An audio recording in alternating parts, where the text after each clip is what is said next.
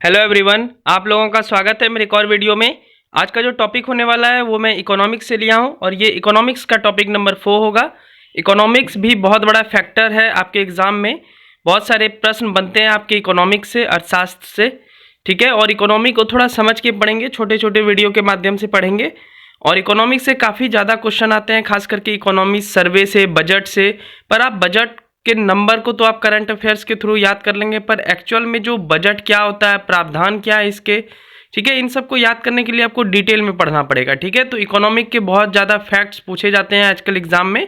खास करके बीपीएससी के संदर्भ में देखें तो काफ़ी हद तक इकोनॉमिक्स पे रिलाई किया गया है। जिस प्रकार से 68 बीपीएससी में क्वेश्चन आए, तो मुझे लगता है कि इकोनॉमिक्स भी हम सबको कर लेना चाहिए। तो मैं धीरे धीरे छोटे छोटे वीडियो के माध्यम से आपको पूरा इकोनॉमिक्स पढ़ाऊँगा और हर एक सब्जेक्ट पढ़ाऊंगा। जितना भी बीपीएससी में या और भी एग्जाम में पूछे जाते हैं वो सारे धीरे धीरे वीडियो आएंगे, ठीक है।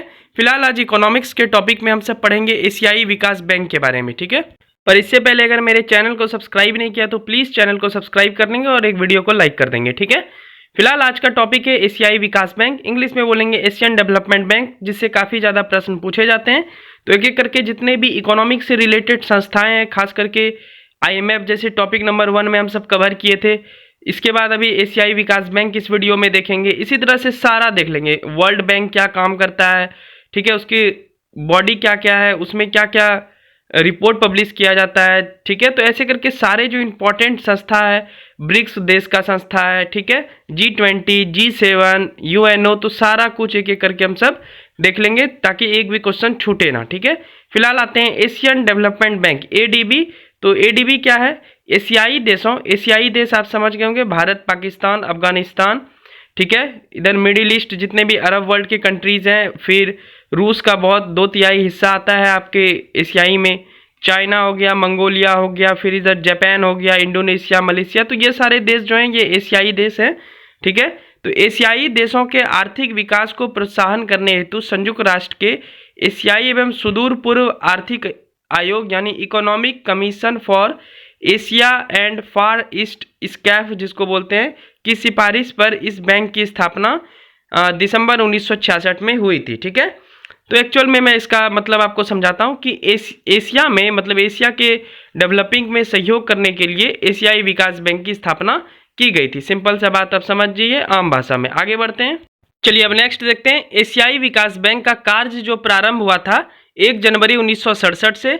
इसका मुख्यालय फिलीपींस की राजधानी मनीला में है, इसे आप याद रखेंगे, मुख्यालय काफ़ी पूछता है। उद्देश्य जैसा कि हम सब पहले देख चुके, उद्देश्य एशिया और प्रशांत क्षेत्र में आर्थिक सामाजिक विकास को तेज करना है, ठीक है। तो क्षेत्र का स्पेलिंग आप सही कर लेंगे, ठीक है, 6 नहीं होता है। एशिया और प्रशांत क्षेत्र में आर्थिक सामाजिक विकास का मतलब क्या हुआ? एक्चुअल में एशियाई विकास बैंक का जो कार्य है, उद्देश्य है, वो एशिया के साथ साथ एशिया में जितने भी डेवलपिंग कंट्री हैं, डेवलपिंग किसको बोलेंगे? विकासशील। एक विकसित है, एक विकासशील है, एक अर्ध विकसित है, मतलब अविकसित जिसको बोलेंगे। फॉर एग्जांपल अमेरिका, जापान, ये विकसित कंट्री है, ठीक है। चाइना, इंडिया, ये विकासशील कंट्री है। अफ्रीका के देश, चूंकि बहुत ज़्यादा अफ्रीकन कॉन्टिनेंट जो अफ्रीका महादेश है, वहाँ के कंट्री गरीबी से भी लड़ रहा है, तो वो अविकसित देश है। समझ में आ रहा है बात से? तो हम सब एशियाई विकास बैंक क्या करता है, एशिया और प्रशांत क्षेत्र में यानी प्रशांत महासागर के आसपास जितने भी कंट्री है और एशिया में जितने भी कंट्री हैं, इन सब में आर्थिक पैकेज मुहैया कराता है, लोन देता है, ऋण देता है, आगे देखेंगे भी, प्लस इसके विकास के लिए काम करता है। बात समझ में आ रहा होगा? एशिया के विकास के लिए काम करता है एशियाई विकास बैंक, ठीक है। आगे बढ़ते हैं, चलिए उसके बाद है हमारा एशियाई विकास बैंक का एक अध्यक्ष, जबकि 3 उपाध्यक्ष होता है। एक अध्यक्ष होता है, जो अभी तक जितने भी अध्यक्ष बने हैं वो सारे लोग जापान के ही बने हैं, ठीक है। जबकि 3 उपाध्यक्ष होता है। इस 3 उपाध्यक्ष में एक अमेरिका का, एक यूरोप का और एक अन्य एशिया का प्रतिनिधि होता है, ठीक है। यानी एक आदमी अमेरिका से लिया जाता है, एक आदमी यूरोप से और एक आदमी एशिया से, ठीक है। एशियाई विकास बैंक सिर्फ एशिया तक सीमित नहीं है, जैसा कि मैंने बोला कि वो प्रशांत क्षेत्र में भी काम करता है। तो मैंने लिखा है यह विकसित देश जो संयुक्त राष्ट्र के सदस्य है वे इसका सदस्य हो सकते हैं, यानी UNO के जो सदस्य देश हैं वो एशियाई विकास बैंक के सदस्य देश बन सकते हैं, ठीक है। सिंपल सा बात आप समझ लीजिए। चलिए आगे कुछ और तथ्य देखते हैं। अब जानते हैं कि ADB में कुल कितने सदस्य हैं। वर्तमान में एशियाई विकास बैंक में कुल 68 सदस्य हैं। ADB का मुख्य कार्य विकासशील सदस्य देशों को ऋण, इक्विटी निवेश एवं तकनीक सहायता उपलब्ध कराना है। ठीक है, जो भी डेवलपिंग कंट्री है उनको ऋण प्रदान करेगा। ठीक है, उसके बाद एशियाई विकास बैंक सामान्य पूंजी संसाधन से व्यापारिक शर्तों पर हार्ड लोन देती है। ठीक है, हार्ड लोन मतलब ये टाइम पीरियड थोड़ा ज़्यादा होता है। ठीक है, एशियाई विकास बैंक लोन प्रोवाइड करती है और ये कैसी लोन प्रोवाइड करती है? Hard loan. ठीक है, चलिए आगे बढ़ते हैं। उसके बाद है एडीबी की स्थापना जापान ने की। क्योंकि तो जापानी को ऐसा अनुभव हुआ कि विश्व बैंक से एशियाई क्षेत्र में विकास नहीं हो पा रहा है, इसके लिए इसने ऐसा बैंक बनाया जिससे जापान को लाभ प्राप्त हो सके और एशिया का विकास हो सके। ठीक है, कहने का मतलब यह है कि जापान को ऐसा अनुभव हो रहा था कि विश्व बैंक की कनेक्टिविटी एशियाई क्षेत्र से बहुत हद तक कम है, तो ऐसा बैंक बनाते हैं जो कि एशियाई क्षेत्र में विकास करेगा। इसलिए जापानी ने एशियाई विकास बैंक की स्थापना की। ठीक है, और इसमें सबसे ज़्यादा शेयर होल्डर भी इन्हीं का रहता है, अभी आगे देखेंगे भी।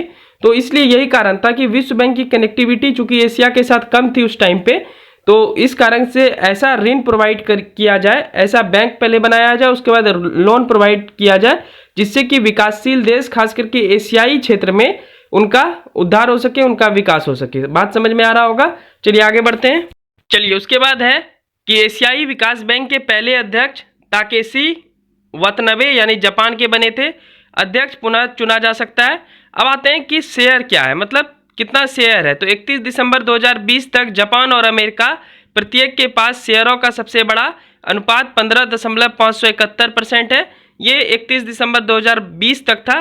ठीक है, अभी तक भी लगभग यही है, पर आगे ये चेंज हो सकता है, तो इसको एक करंट अफेयर्स के नज़र से आप सब देखेंगे। ठीक है, बाकी ऊपर तो फिक्स्ड वाला था। आगे बढ़ते हैं। तो काफ़ी बड़ा रेशियो जापान और अमेरिका के पास है। उसके बाद है 31 दिसंबर 2020 तक चीन के पास 6.429%, भारत के पास 6.317% और ऑस्ट्रेलिया के पास 5.773% अनुपात है। वर्तमान में 68 देश में 68 सदस्य देश हैं एशियाई विकास बैंक के, जिसमें 19 राष्ट्र एशियाई पैसिफिक क्षेत्र से बाहर हैं, जबकि 49 एशियाई देश हैं। ठीक है, यानी 49 कंट्री एशिया से जुड़े हुए हैं और 19 कंट्री एशिया से बाहर जुड़े हुए हैं। ठीक है, चलिए अब ये था यहाँ तक का फिक्स्ड एडीबी के बारे में। एक छोटा सा करंट अफेयर्स देख लेते हैं लास्ट में। ठीक है, क्योंकि अभी अगर आप हाल ही में एक साल में एग्जाम देंगे 2023 में खास करके, तो ये आपको काम देगा। बाकी ये वीडियो फिक्स्ड के लिए बनाया जा रहा है, बार बार ये वीडियो मैं नहीं बनाऊंगा। ठीक है, तो आप इससे ये समझ लें कि ये वाला वीडियो हो गया, अब सिर्फ करंट अफेयर्स चेंज हो सकता है, तो वो इसलिए मैंने लास्ट में ऐड कर दिया। ठीक है, आप उसे देख लें, उसके बाद हम सब वीडियो का अंत करेंगे। ठीक है, तो करंट अफेयर्स के बारे में बोल रहा था। तो 17 जनवरी 2020 से अभी तक मात्सुगु असाकावा एडीबी के अध्यक्ष है। ये तथ्य आगे बदल भी सकते हैं क्योंकि ये करंट अफेयर्स है, तो मैं यही बता रहा था कि वहाँ तक फिक्स्ड थे, इसलिए मैंने करंट अफेयर्स को सबसे लास्ट में रखा, ताकि आप जब एग्ज़ाम की तैयारी करेंगे और जब ये वीडियो मान लीजिए कि 2 साल बाद आपको प्राप्त होगा, तो आप फिक्स्ड वाला देख लेंगे और करंट अफेयर्स खुद से चेक कर लेंगे। ठीक है, तो आपको अगर एडीबी पे वीडियो अच्छी लगी हो तो प्लीज़ चैनल को सब्सक्राइब करेंगे, वीडियो अच्छी लगी हो तो एक लाइक कर देंगे। ठीक है, तो ऐसे ही मैं छोटे छोटे वीडियो के माध्यम से आपको सारी संस्था का विस्तृत विवरण दे दूंगा, प्लस बैंकिंग सिस्टम पढ़ाऊंगा।